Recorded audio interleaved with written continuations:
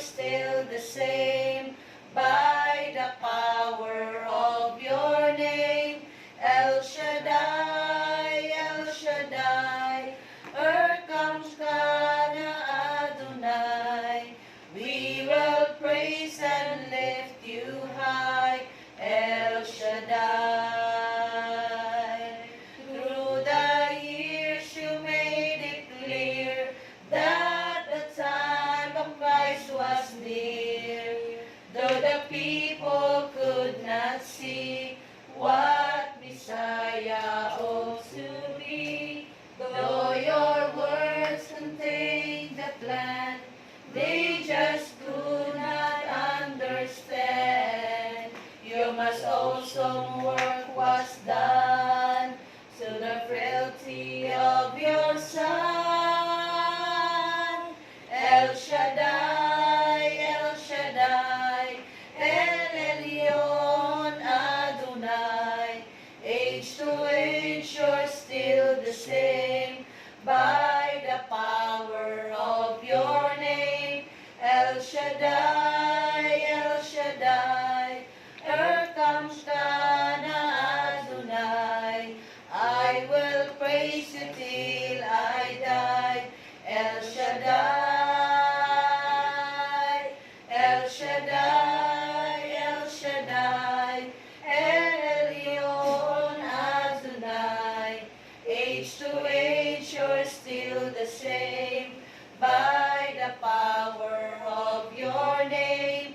El Shaddai, El Shaddai, comes Kana Adonai. I will praise you till I die, El Shaddai. Ooh, ooh, I will praise you till I die, El Shaddai. Sa ngalan ng Ama, ng Anak at ng Espiritu Santo. Amen. Amen.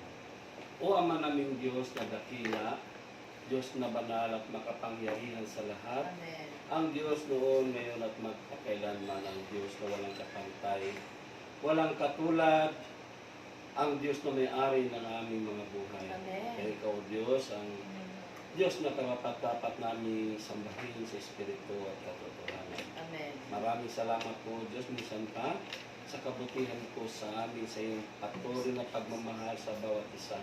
Salamat po sa bagong buhay at kalakasan na muli namin natamo mula sa iyo. Amen. Salamat sa araw na ito, Diyos, na kung saan isa na ng pagkakataon ng aming buhay na ikaw ay aming masamba. Amen. Ikaw ay lubos namin makilala sa pamamagitan ng iyong mga salita na aming pagsalusaluhan ngayon. Loobin mo, Amen. Diyos, na ang mensahe mo po sa amin ay tumimo ito sa aming puso at magdala ito sa aming mga buhay tungo sa isang buhay Amen. na naganap at kasiya-siya. Kaya Panginoon, ngayon pa lang, O Diyos, inaangkin namin na kami ay tinagpala mo na. Amen. Tinagpala mo na ang tahanang ito ng Hallelujah, pamilya Jesus. Ayub, O Diyos, na ano man ang aming pangailangan ay naniwala kami at napitiwala na amin na ito matanggap. Amen. Kaya Panginoon, maraming salamat. Ngayon pa lang at inaangkin na namin ang 100% katagumpayan ng buhay na nagmula sa isang ngalan ng Ama, ng Anak at ng Espiritu Santo. Amen. Amen. At kami purihin ng Panginoon. Palakpakan natin ang Diyos.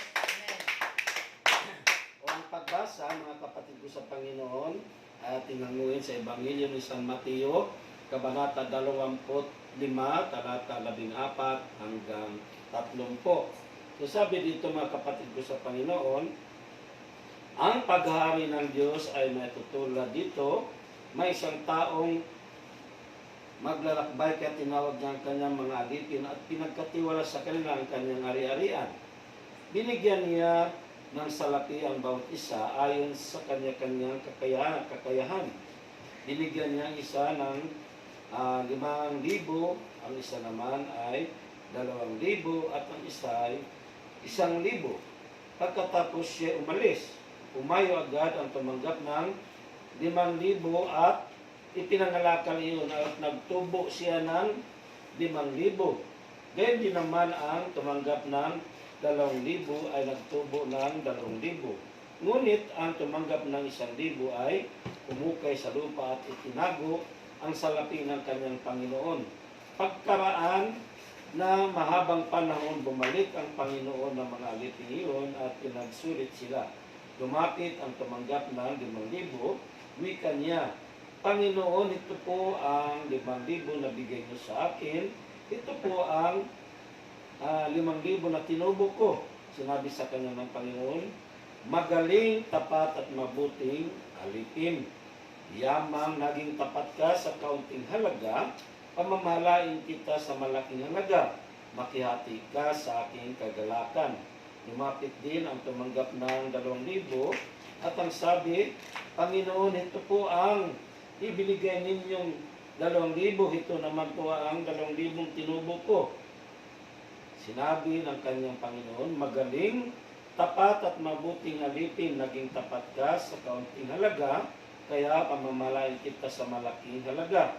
Makihati ka sa aking kagalakan. At lumapit naman ang tumanggap ng 1,000.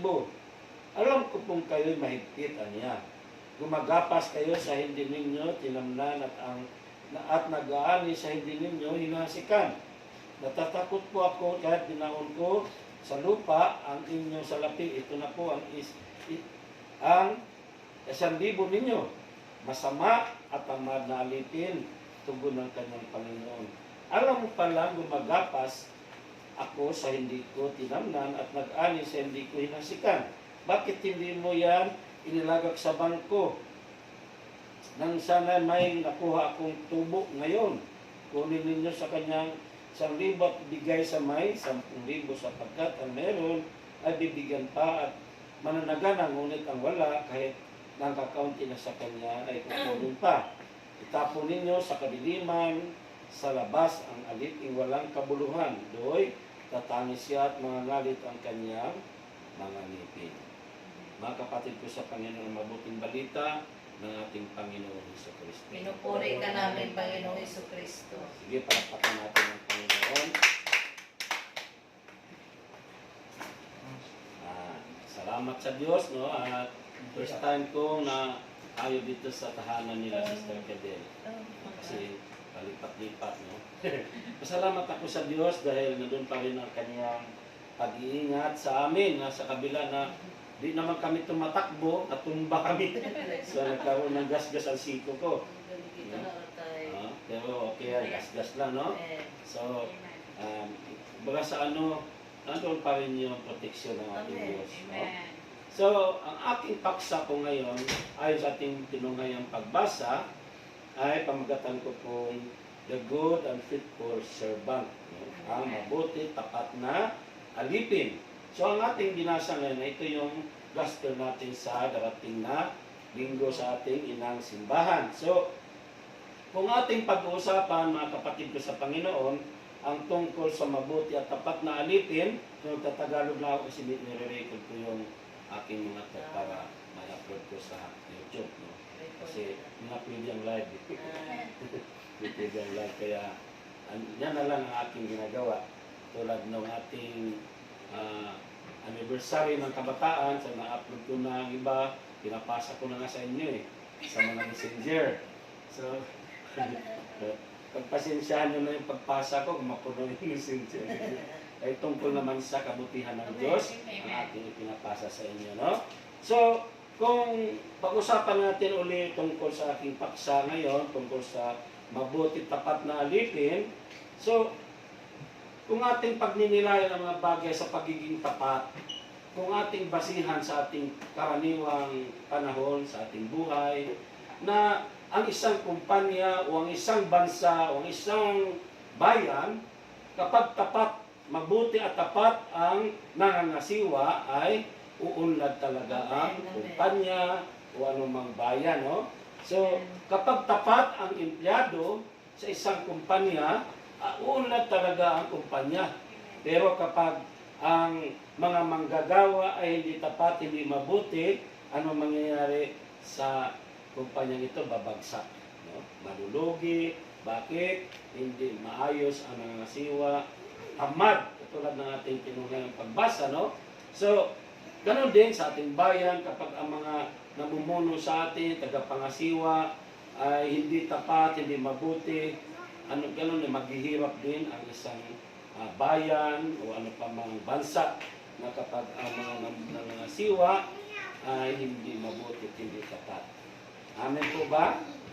So, ito ngayon sa ating pagbasa ng Ebanghelyo, isa na naman po itong talinghaga, no? Isang talinghaga tungkol sa tinatawag nating paghari ng Diyos at ipinakikita niya ito, inahalin tulad niya ito sa tatlong katiwala ng alipin na kung saan may pinagkatiwalaan ng kanya-kanyang halaga, no? May 5,000, 2,000 at 1,000, no? Ayon sa kanilang kakayanan. Ngunit lumitaw dito sa ating pagbasa natin nakikita na dalawa lang ang naging tapat, yung dalawa lang naging mabuti tapat na alipin. Yung isa hindi naging tapat. Kaya nga ulitin ko, ang paksa natin ay the good and faithful servant. So ang tanong, how to become a good and faithful servant? Paano nga ba tayo maging tapat o mabuti tapat na alipin bilang tagapangasiwa sa mga pinagkatiwala sa atin? Tandaan natin, itong ating binasa ngayon ay inilarawan ito sa tatlong katiwala, no, na pinagkatiwala ng Diyos. Kung ating dalhin sa ating buhay, may pinagkatiwala sa atin ng Diyos. Amen. So, ayon sa ating kanya-kanyang kakayanan. Kaya nga sinabi dito, may 1,000, may 2,000, at may 5,000. Sa ating, kung ating babasihan yan, sa iyong anak, may 2, may 5, may 10. Alam ng Diyos kung ano ang kakayanan ng bawat isa. So, paano maging mabuti tapat na alipin? How to become a good and faithful servant? Una, use your talent in the right ways. No? Gamitin natin ang ating mga karunungan o talento sa tamang paggawa, no? Pamamaraan. No? Ang talent ay, ulitin ko, nag-represent ito sa lahat ng bagay na ipinagkatiwala sa atin ng Diyos. So, anong ibig kong sabihin? Tapat ang ating gagawin ay gamitin natin ang mga talento na pinagkaloob niya sa atin. Ibig sabihin kasi nirepresent niya mga bagay na yan, yung talent na yan, mga bagay na pinagkatiwala sa atin ng Diyos. No? Maraming mga pinagkatiwala sa atin ng Diyos. At anong dapat natin gawin? Sa mga bagay na pinagkatiwala niya sa atin, lalo na sa pagiging manggagawa, no? Kailangan mo maging produktibo tayo. We must productive, no? Kailangan makita ang pag-unlad, no? Paglago ng mga bagay na pinagkatiwala niya sa atin. Tulad ng ipinapakita sa atin ng paksa o ebanghelyo na ating tinunghaya na ang dalawa ay pinagkatiwalaan ng 2,000 at 5,000 at ipinakita nila dito na sila ay naging produktibo. Tumubo ng 5,000, tumubo ng 2,000. Amen po ba? So, sa ating buhay paglilingkod, mga kapatid ko sa Panginoon, bilang mga manggagawa ng Panginoon, dapat ipakita natin na tayo ay produktibo. Amen. No? Paano? Maging masipag tayo sa gawain ng Diyos. Hindi tayo papitik-pitik, no? Na ibigay talaga natin ang pinaka-the-best para sa Diyos, no? Na, tulad ni Sister Gian, na iniwan mo na niya, yung anumang iiwan niya, no? Para lang sa Diyos, no? Para lang sa pagiging manggagawa ng Panginoon. Amen po ba? So yan, no? Ibig sabihin, hindi tayo papitik-pitik lang na sa susunod na gawain, mag-abang na lang tayo pagdating ng gawain. Dapat magsikap tayo, kahit sa kabila naman ganitong sitwasyon na may pandemya tayo, ay dapat na kumilos pa rin tayo, no? Hindi tayo nanatiling nakatali doon sa pagkaalipin ng pandemya na yan. Kasi hindi talaga tayo unlad, no? Hindi tayo unlad kapag naging alipin tayo nito sa tinatawag na pandemya na di natin alam kung ano ba talaga ito. Gawa ba ng tao ito? Gawa ba ng kaaway ng demonyo ito? No? Na pinahintulutan ng Diyos. Kasi totoo yan, di lahat na nangyayari sa kasamaan ay mula sa kay Satanas, kundi sa tao mismo. No, ang tao kasi Man-made. man-made, no, na mga ginagawang hindi tama, no. So ang demonyo natutuwa lang yan sa iyo dahil masama ito eh. Masama ang ginagawa mo, wala. Sakop. Oo. So yan dapat natin gagawin bilang tayo ay nasa Panginoon na pinagkatiwalaan niya tayo bilang mga manggagawa ng Panginoon. Ito ang una natin dapat gawin, kundi maging produktibo tayo sa mga bagay na pinagkatiwalaan niya sa atin, lalo na sa pagiging manggagawa ng Diyos. Ang pangalawa dito, letter B, kasi letter A yun, kung nasasakop doon sa unang division, use your talent in the right ways. So, gamitin mga talento sa tamang pamamaraan. So, ang letter B dyan, ulitin ko, we must be productive. No? Kailangan maging produktibo tayo sa mga, saan? Sa mga bagay na pinagkatiwala sa atin, lalo sa pagiging manggagawa ng Panginoon Diyos. No? Kanya-kanya tayo. Si Gian, choir, si Sister Tibel, coordinator, o secretary, iba, ako, preacher, iba-iba ang pinagkatiwala sa atin ng Diyos. So kung ano man pinagkatiwala sa atin ng Diyos, yun ang ating gampanan na makita ng Diyos na may tubo tayo, na umunlad tayo. Amen po ba? Amen. So, letter B, mga kapatid ko sa Panginoon, do your task effectively. No? Ibig sabihin, maging magaling sa pagganap ng tungkulin. Ano man yung binigay sa iyong tungkulin na yan, pinagkatiwala sa iyo, gampanan mo ng epektibo. Yun nga, magkarugtong yan na sinasabi ko na produktibo ka. So, pag produktibo tayo, epektibo din tayo. No? Kung magkakasunod yan, ibig sabihin, gampanan kung maayos ba, na maayos, o gampanan natin na maayos ang mga pinagkatiwala sa atin. Lalo na sa mga bagay na pinagkatiwala sa atin ng Diyos. Amen. Amen? Halimbawa, kung ikaw pinagkatiwalaan bilang magulang, ikaw ay pinagkatiwala bilang magulang, so gampanan natin na ang ating tungkulin sa pagiging magulang. Amen. Na kung saan, tuturuan natin sila sa matamang takbo ng pamumuhay. No? Sa tama, yung paggalang, tinuturuan natin kung paano sila rumispito sa mga nakakatanda o sa kapwa. No? So ganyan, tuturuan natin. So sa ating buhay ba, may tanong ako dyan, may challenge ako, na tayo ba bilang magulang ay natuturuan ba natin ang ating mga anak sa tama, di ba? So ngayon, ano bang dapat natin gawin?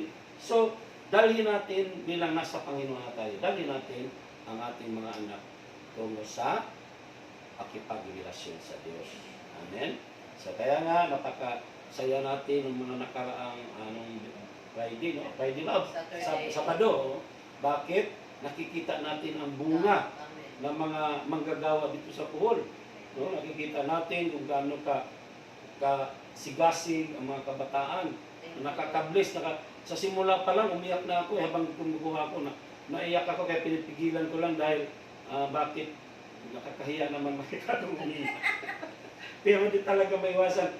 Nabiblis ako lalo sa pagkanta pala ng mga taga-hagna. So, grabe. Sabi ko, praise the Lord, talaga naman.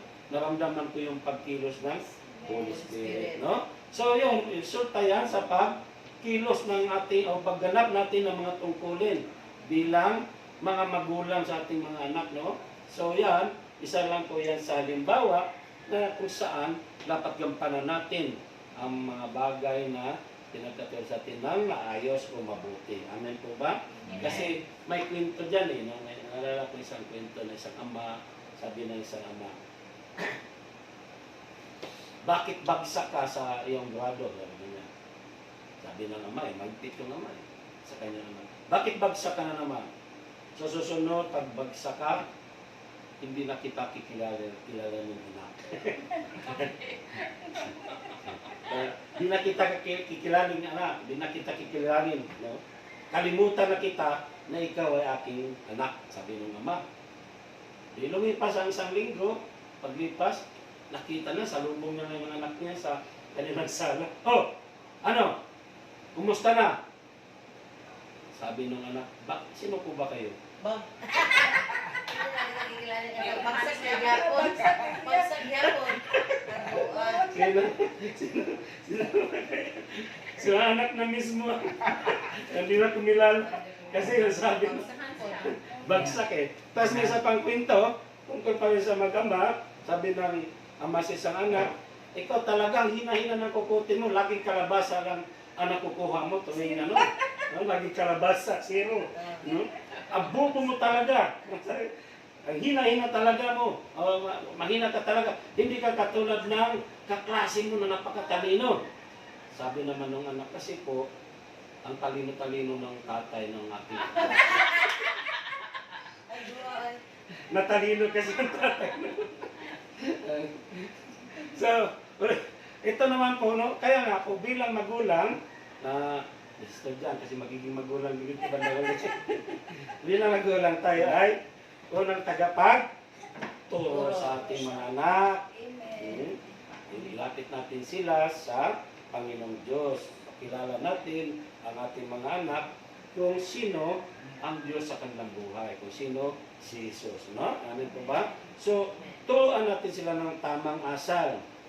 Amin po ba? Kaya kung tayo ay pinagkatiwalaan bilang mga anak naman, tayo naman ay gagampanan din natin ng maayos ang pinagkatiwala sa ating magulang. Kasi vice versa yan eh. No? Hindi lang ang magulang ay pinagkatiwalaan. Ang anak din pinagkatiwalaan ng magulang. No? Binigay sa iyo magulang mo, no? Sabi nga ni Sir, masama man yan, ang magulang mo, sabi, igalang mo pa rin. Dahil sinabi naman sa Biblia na igalang mo ang mabuti lang, wala naman sinabi, no? Igalang mo ang iyong matinaw, magulang. So, yan mga kapatid ko sa Panginoon na dapat, kung ano man, ikaw naman bilang anak o tayo bilang anak, nagampanan din natin ng tama. Kasi pinagkatiwalaan ka ng magulang kung ikaw ngayon ang mga siwa. Kasi pagdating ng panahon kasi, ang ating mga magulang ay tatanda. Pagdating ng panahon na tatanda ng ating magulang, diyan na tayo kikilos din. Ibig sabihin, alagaan natin ang ating mga magulang. Hindi yung itatakwil. Kasi mayroong mga anak na itinatakwil ang magulang. Sabi nga, ang magulang hindi kaya magtakwil ng anak. Sabagay, may mga magulang kami na mababasa natin na tinatapon ng mga anak no, sa basurahan o saan man, no, pinaampon. Pero bihira lang yun, no? May mga anak din na pinabayaan din ang mga magulang, lalo na pag umaasenso ng buhay. No? May mga anak na walang hiya sa magulang. Nung nag-mission ako sa Mindoro, mayroon tumawag sa opisina, kinausap si Brother Ronel, yung aking head doon sa Mindoro noon, Ronel Pulam. So, sabi sa kanya kay Brother Ronel, tama daw ba ang kanyang gagawin na ipaampon sa home for the aged ang kanyang nanay? Kasi abala daw sa kanyang trabaho. So, sabi ni Brother Ronel, Sir, sabi niya, hindi tama yan. Huwag mong i-priority yung trabaho mo. Dapat, unahin mo muna ang pag-alaga dyan sa magulang mo.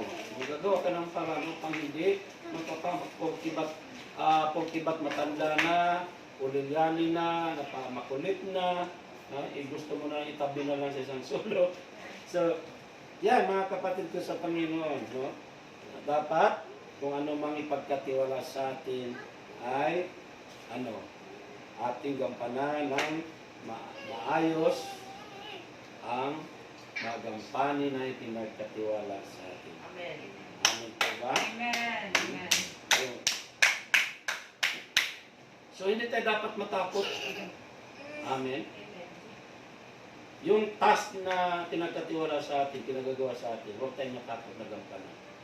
Marami kasi sa atin, lalo na sa gawain ng Panginoon. Kapag nag-recruit na tayo ng mga manggagawa sa mga attender, natatakot na sila. Umaayaw. Hanggang attender lang ako. Kinatakutan ng pagiging manggagawa. So huwag tayo matakot na gampanan. So, katulad ng ginawa ng isang katiwala ang ginawa niya. Anong ginawa niya? No? Natakot siya. Ano bang bagay na yun na pinagkatiwala sa kanya? Kasi yun, inalarawan ng ipinapakita rin na salapi, pero inalarawan sa kabuuan yun na may pinagkatiwala sa atin ng Diyos. Na anumang pinagkatiwala sa atin, huwag tayong matakot na ito'y gamitin. No? Ano man yung bagay na yun, gamitin natin, huwag tayong matakot kung anong maging resulta. Bakit? Kapag natakot tayo, hindi talaga tayo uunlad. Amen. Hindi makita ang pag-unlad. Pag ikaw takot kang mamuhunan, wala talaga. Hindi ka talaga asenso. Pag takot ka mag-invest, no? Hindi talaga tayo asenso sa buhay na ito. No? Diba? Marami nag-ano sa atin, pero takot tayo eh. Ako tulad ko, bakit ako wala pang sariling bahay hanggang ngayon? Kasi nung araw, may nag-alok sa akin, no? Sa parting Nait, Cavite. Sabi ng aking kumari na kapitbahay ko, pare, gusto mo ng lupa, 25,100 square meter. So, mura yan ah. 25,100 square meter. Sa parting Cavite yun. So, may pera naman kami ng ganung halaga noon. So, pumunta ako doon, sumama ako para bilhin yung lupa na yun. Kaya lang, pagdating noon, nakausap namin yung pinaka-barangay captain o chairman, sabi sa akin, itong 25,000 na ibabayad mo, hindi ito bayad mo sa ano, sa rights lang. Kasi ang lupang ito sa gobyerno, PNR. Pondo lang yan. So, Lagi mo pahawa. titirhan mo itong lupang ito, pero sa oras na kukunin na ng gobyerno yan, ibibigay yan. Wala tayong magawa. So doon ako natakot. Di ko tinuloy ang pag. Akong ganun lang daan, huwag na. Inatras ko na yung Hindi na ako, natakot ako eh. Hindi na ako sumugal sa ganun. No? So, lumipas at lumipas hanggang ngayon. So, ang lugar na yun, ngayon, 100,000 na ang halaga ng 55,000. No? So, may nakabili na, tapos maganda na yung lugar. So, di naman sila pinaalis, di naman nangyari yung sinabi ng barangay chairman. So, kami ngayon, nagsisisi, siyempre, di kasi tayo manoy. No? So, ganyan talaga kapag natatakot tayo, di talaga tayo unlad. Katulad ng ipinakita sa atin ng Ebanghelyo. Kaya huwag tayo matakot. Huwag tayong matakot, nagampanan, kung ano man maging resulta nito. Baga sa ano, handa kang harapin kung ano man ang nagiging resulta. Amen. Kaya nga, sabi nga, para kang sumugal. No? Kung magsusugal ka, kung sugal ating pag-usapan, nagsusugal ka sa mga bagay-bagay sa mundong ito, mas kita'y sumugal para sa Diyos. Amen. Isugal na natin ang ating buhay. Isugal na natin ang ating buhay sa Diyos at tsak yun, hindi tayo mabibigo. Amen. Kaya ibig sabihin, handa mong suungin, anumang panganib, handa natin harapin kung anumang nakikita nating kahirapan, basta lang makasunod tayo sa gustong ipagawa sa atin ng Diyos. Amen. So, ano po yun? Ibig sabihin, huwag tayong maging negatibo sa ating kaisipan. Minsan, yan ang nangyari sa ating buhay kapag negatibo tayo, katulad ng nangyari na sa akin, negative agad ako, delikado. Kapag masayang lang 25,000 ko. So, naging negative agad ako doon, nag-advance agad ang aking isipan. So, mga bagay, hindi tayo dapat maging negatibo. No? Dapat maging positibo tayo na sa ating pangalagad sa Diyos, maging positibo tayo na ano man ang ating ipinagkaloob sa Diyos, ano man ating ibinibigay sa Diyos, ay may gantimpala tayo matatanggap. Amen. So, ibig ko sabihin, huwag tayong maging tamad, huwag tayong maging masama sa ating pangangasiwa. Ibig sabihin, huwag tayong pabaya. No? Katulad ng ipinakita dito na anong ginawa, stagnant ang nangyari. No? Walang nangyari dahil inilibig lang niya. Gilubong niya ang pinagkatiwala sa kanya. Kumbaga sa ano, isa akong mga awit, binigyan ako ng magandang tinig. Hindi ko ginamit. Di ko na ginamit. So, nandyan lang yan. No? Di mo nilabas kasi nahiya ka, natatakot ka, natagtawanan. Kami, ganun. Labog kami. Bahala kanta. Isa para sa Ginoo. So, yan mga kapatid ko sa Panginoon, no? So, ulitin ko, ang unang division natin ay use your talent in the right ways. No? Gamitin ang mga talento na sa tamang pamamaraan. Ano po ba? So yun, tama, wag sa maling pamamaraan. Kasi tulad ng ginawa niya, maling pamamaraan yung ginawa ng isa. So anong nangyari kapag mali ang pamamaraan natin ginagawa? Napupuot ang Diyos sa atin. Amen? Ang pangalawang division mga kapatid ko sa Panginoon is righteous and faithful servant. Ibig sabihin, manatiling matuwid tayo sa paningin ng Diyos at tapat na alipin. Amen? Bilang tayo mga alipin ng Panginoong Diyos, manatili tayo. Ibig sabihin, dapat manatili sa atin ang matuwid na pamumuhay. Amen? Na ginagampanan natin sa kabila ng mga pagsubok, mga persecution, kahirapan natin nararanasan ay patuloy tayo. Amin po ba? Patuloy pa rin tayo naging tapat sa Diyos. Ano ibig kong sabihin?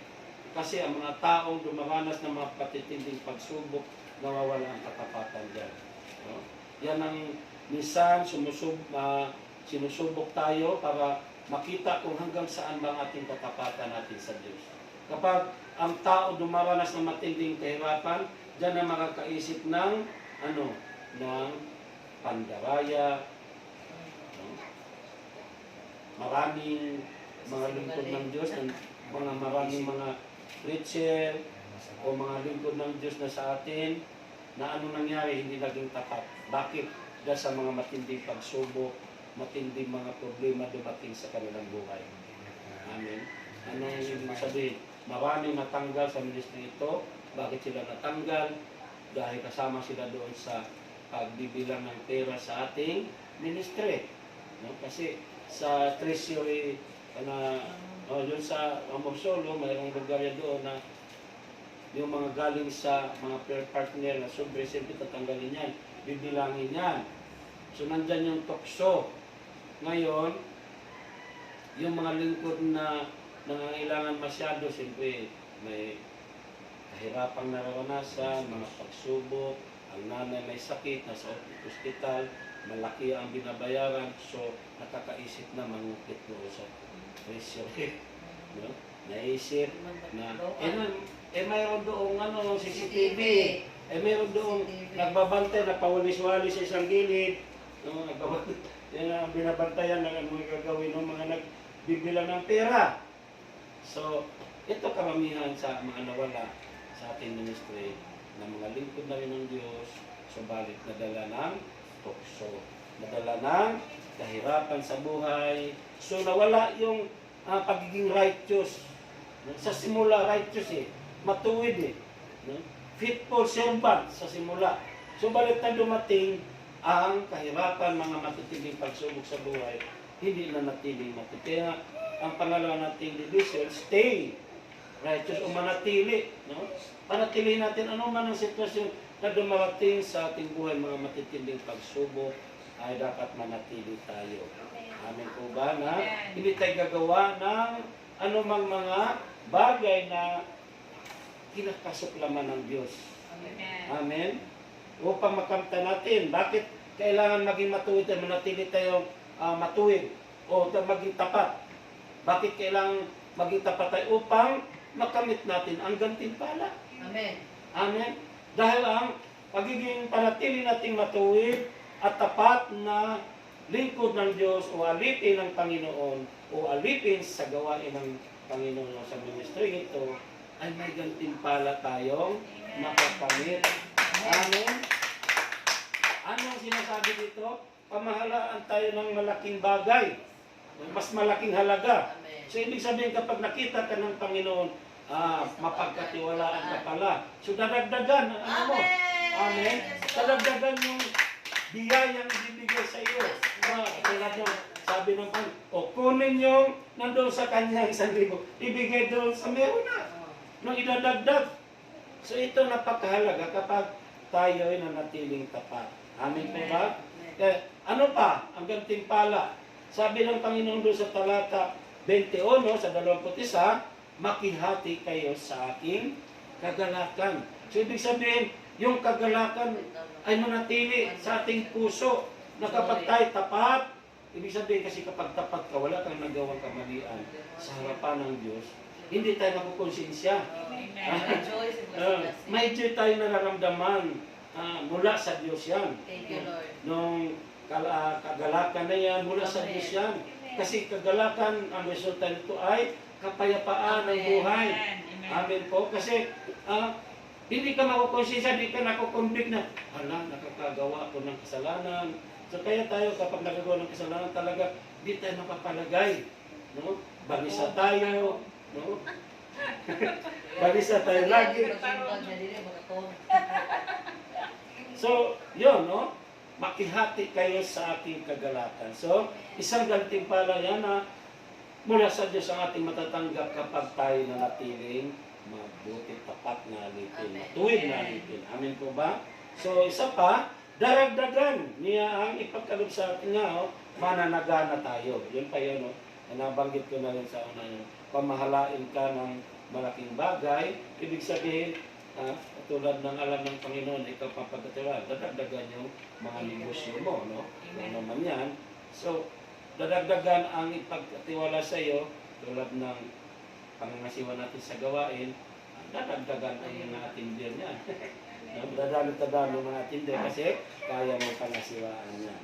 So, pangalawa, makihati tayo sa kagalakan ng Panginoon. At ikatlo nga, dalagyan niya ng ipagkagagalob sa ating katulad noong binigay niya sa kanya. Sabihin, mananagana tayo sa ating buhay, sa araw-araw nating buhay. Amin po ba? So, yan ang kahalagahan na dapat tayong maging tapat. No? At sa pagiging tapat natin, hindi tayo natatakot na ibigay ang ating oras. Amen. Na ang oras mo ay hindi mo unahin yung mga bagay na makamundong lugar na ito, sa mundong ito, no? Yung baga sa ikaw may lakad ako ngayon hindi mo na ako pupunta sa gawain. Minsan ganyan, naturally siya sa tao, na ganyan na, minsan, inuuna talaga yung mga mapagkitaan mo na. Yung iba nga, ginagabi na, imbis alam na may gawain naman, pero dapating gabi na, bakit gabi, nagdaginot pa. Hinahabol pa yung isang oras na kikita daw, marami pang mga customer. Pero, pagka ganun kasi po mga kapatid ko sa Panginoon, nawawala ang ating katapatan sa Diyos. Anong ibig sabihin? Kapag tapat ka kasi sa Diyos, yung pananalig mo sa Kanya, hindi nawawala. Buong buo pa rin ang pananalig natin. Kung tapat tayo sa Diyos, na sa kabila ng mga, alam naman natin, may negosyo tayo, iwan ko muna to. Kasi bakit tapat tayo sa Diyos iwan ko muna to. Dahil alam ko na pababawiin ako ng Diyos. Diba? Pabawiin. Di man ako mabintahan ng isang araw na ito, isang oras na ito. Bukas naman, lahat na yan, mabubos yan. No? Magtitriple ang mga customer na darating sa kanyang mga negosyo o mga paninda. Amen po ba? So, anong ibig kong sabihin? Kaya natin ibigay ang oras, kaya natin ibigay ating mga sarili. Amen? Kasi numero 1 ng ating mga sarili, ang dapat natin ipagamit sa Diyos. Hindi yung minsan kasi tayo, pag kumikita na tayo ng malaki, ipadala na lang natin yung tulong. Okay, padala, ako bahala sa maggastusin nyo dyan. Pero ikaw, di ka na dumadalo. Bakit? Abala ka sa mo sa negosyo mo So ipapadala mo na. So hindi yan ang gusto ng Panginoon. Ang gusto ng Panginoon, nandun tayo mismo, Christian tayo. Kasi yan ang gusto niya makita sa ating, ating katawan na ginagamit natin sa Kanya. Amen po ba? Ginagamit natin para maparangalan ng Diyos, mapaglingkuran natin ng Diyos. At hindi nga lang po yan, ang ating ibibigay kapag naging natili tayong tapat, kaya natin ibigay kung ano mang meron sa ating mga sarili. Amen.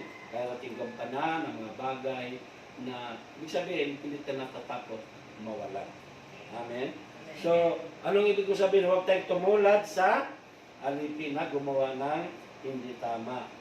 Ang sabi ng Panginoon, masama, tamad na alipin. Bakit hindi tayo dapat tumulad? Mapapahusahan tayo kapag gano'n ang ating tularan. Amen? Dahil ang sabi doon, no? Ang sabi sa ating pagbasa, itapon. Ha? Itapon, no? Saan ba yun? Ulitin natin ang pagbasa. Sa parting huli. No? Sabi dito, Matthew 25:20. Natakot pa ako, kaya binaon ko sa lupa ang inyong salapi. Ito naman po ang 1,000 ninyo. Masama, tamad na din, tugon ng kanyang Panginoon.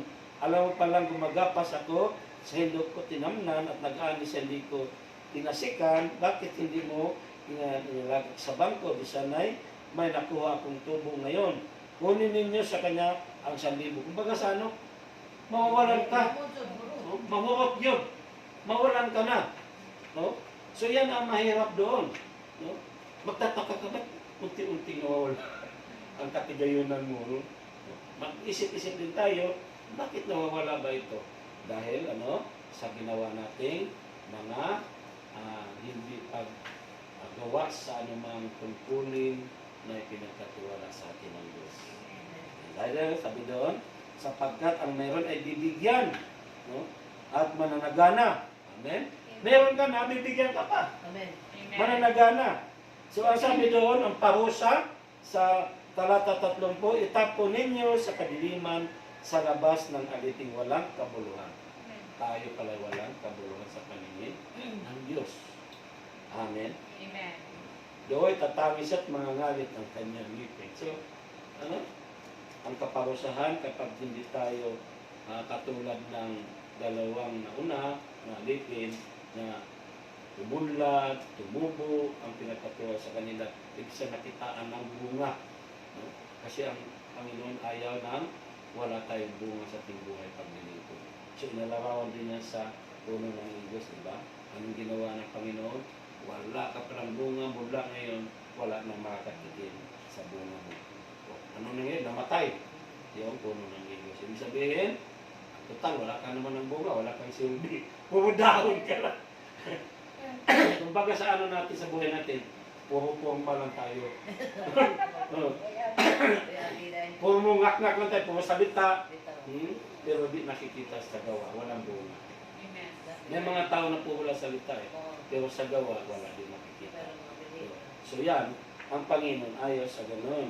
Kaya nga, ang pinakita dito, tamad na alipin, walang bunga, walang tubo.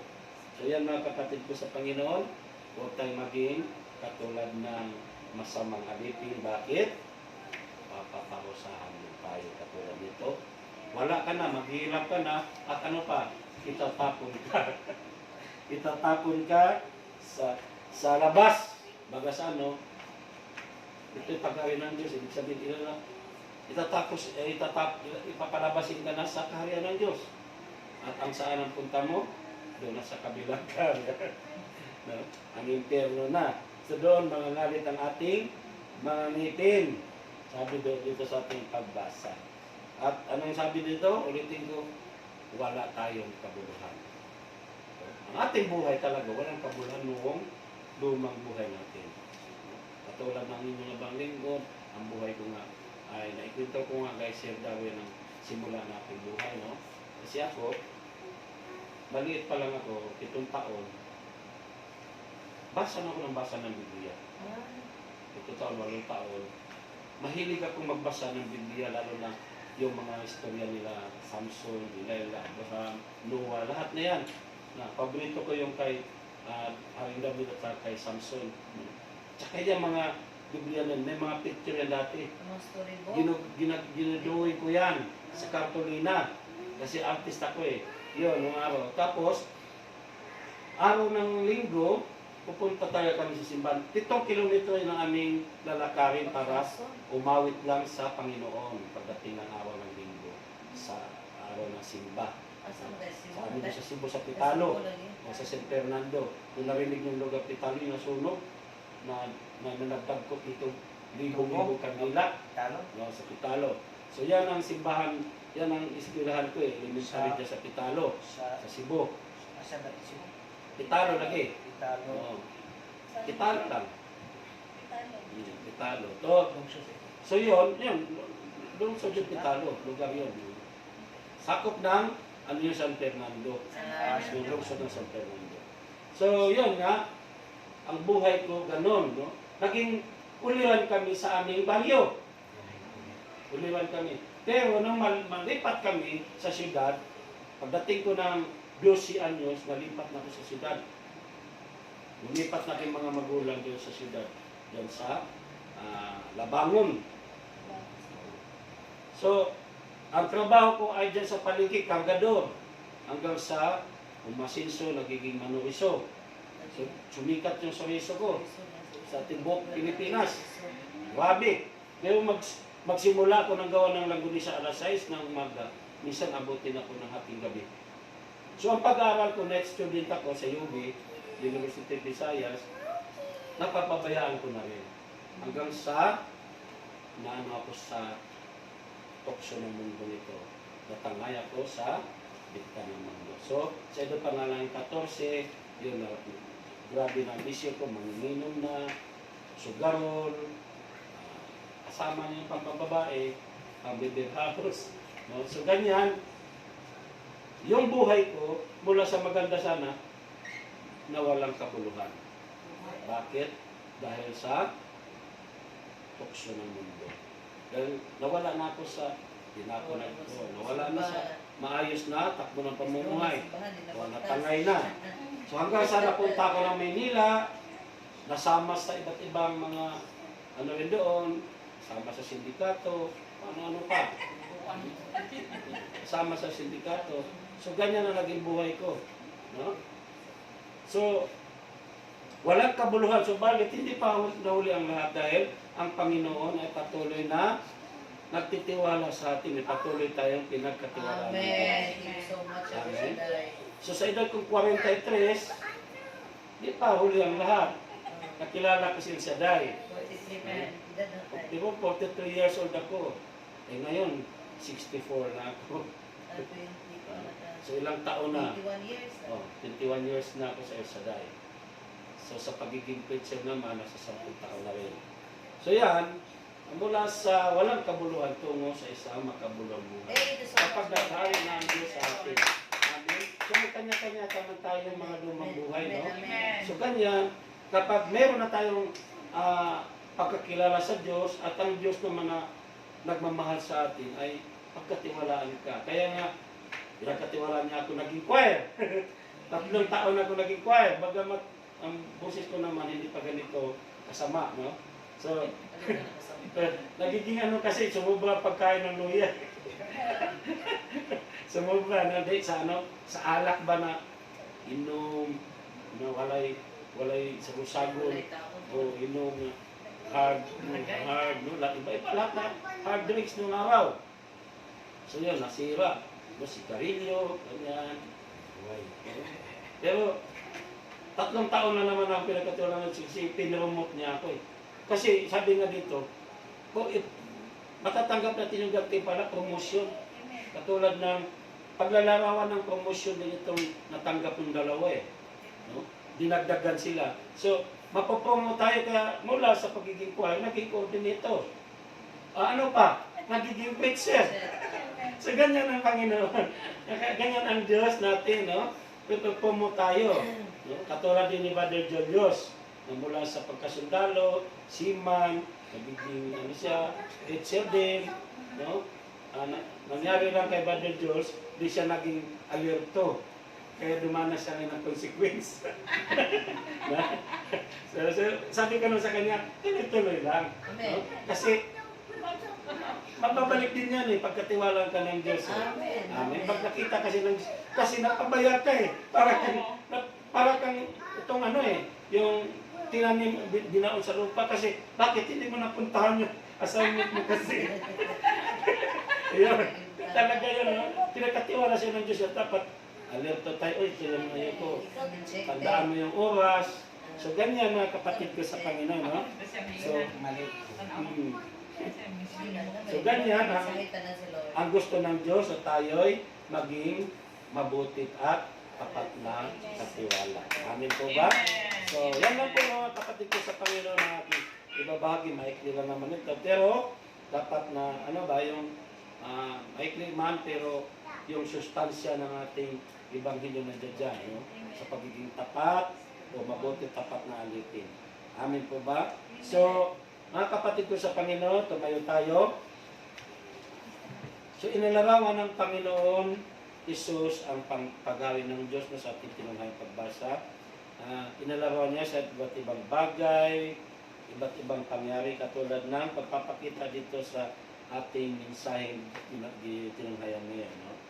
At kung saan tungkol ito, ipinakita ito sa tatlong alipin na pinagkatiwalaan niya ayon sa kanilang kakayanan. No? At pinakita ito sa atin upang malaman natin, magkaroon tayo ng kaalaman kung alin ba ang dapat nating tularan, magkaroon tayo ng kaalaman kung ano ang dapat nating gawin o hindi natin dapat gawin. Ano man? So, ano man ang pinagkatiwala sa atin ng Panginoon, maliit man o malaki, manatili tayo maging mabuti at tapat sa ating Diyos. No? Maging tapat sa pagganap ng mga tungkulin bilang mga alipin na tulad ng ating Diyos na kung saan siya anumang kung saan ang Diyos ay tapat sa atin, sa bawat isa sa atin. Amen po ba? So, kung Kajian, awitin natin yung katapatan. Katapatan mo, O O Diyos, Diyos, tunay at dakila. Ang pag-ibig mo'y wagas at walang kapantay. Sa aking puso, sa aking buhay, papuri at pagsambay iaalay. Bukas, noon, ngayon, magpakailanman, luwalhatiin ka. Katapatan mo, O Diyos, tunay at dakila. Ang pag-ibig mo'y wagas at walang kapantay. Sa aking puso, sa aking buhay, papuri at pagsambay iaalay. Bukas, noon, ngayon, magpakailanman,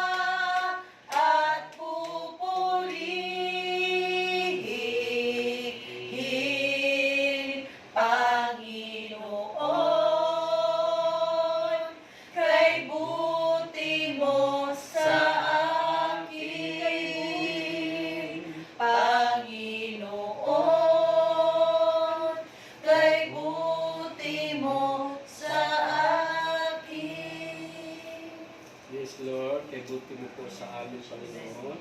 Tapat at dakila sa aming mga buhay. Kaya maraming salamat po, Diyos. Salamat po sa minsan po sa amin, sa hapon ito. Lubin mo, Diyos, na ito patuloy na magrima sa aming mga puso kung paano ang magiging tapat, maging mabuti, tapat na alipin sa Panginoon bilang mga hinirang at pinili mo sa kapanahunan, bilang mga manggagawa mo sa iyong ubasan. Pagpalain mo, Diyos, kaming lahat na narito ngayon, lalo na, O Diyos, ang tahanang ito ni Labrador Junior, Sister Kedel, ang ayong pamilya. Pagpalain mo, Diyos, ang kanilang buhay, ang kanilang mga buong pamilya, mga mahal nila sa buhay, O Diyos. Ano man ang mga hanap buhay nila o anumang pinagkukunan ng kanilang mga pinansyal na pangailangan, ikaw po ang patuloy na magpala.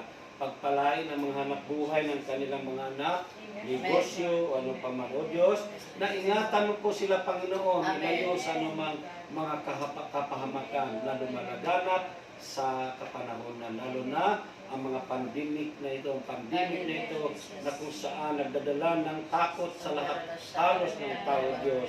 Subalit kami, Panginoon, na wala na kaming takot, O Diyos, dahil nananalig kami na Ikaw ang aming Panginoong Diyos na makapangyarihan sa lahat at patuloy na nagproteksyon sa amin. Kaya, Panginoon, patuloy mong pagpalain ang buhay ni na Sister Kedel Labrador Julius Ayos sa pangalan ni Jesus. And then, ang buhay ni Sister Mian, Brother Christ, Sarong, pamilya, Panginoon, ang Rias family, O Diyos, Ikaw po ang magpala sa kanilang buhay, sa kanilang buong pamilya, Panginoon, ang kanilang mga anak, ang kanilang anak buhay, ang anak buhay ni Brother Christ, at padala mo po siya, O Diyos, ng siksik-liglig na mga customer, Panginoon. At ang siksik-liglig na mga apang na biyaya din ang kanilang matatanggap.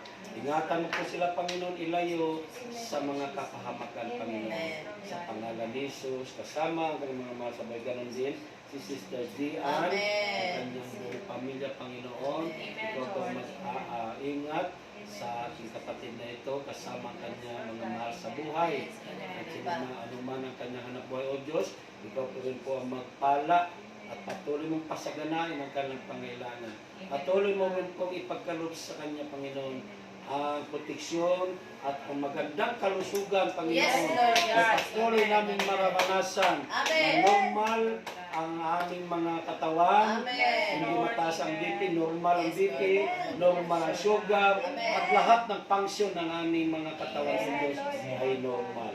At sa pangalan ni Jesus, pagpalain mo, Diyos, ang kanilang ipagkaloob sa iyo, Panginoon. Ibalik mo po sa kanilang higit pang inasahang pagpapala. Amen. Sa pangalan ni Jesus, sa ngalan ng Ama, ng Anak at ng Espiritu Santo. Amen. Amen.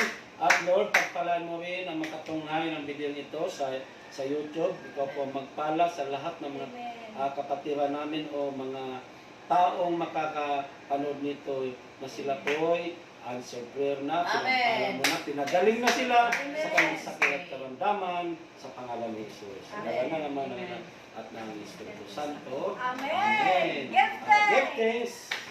Give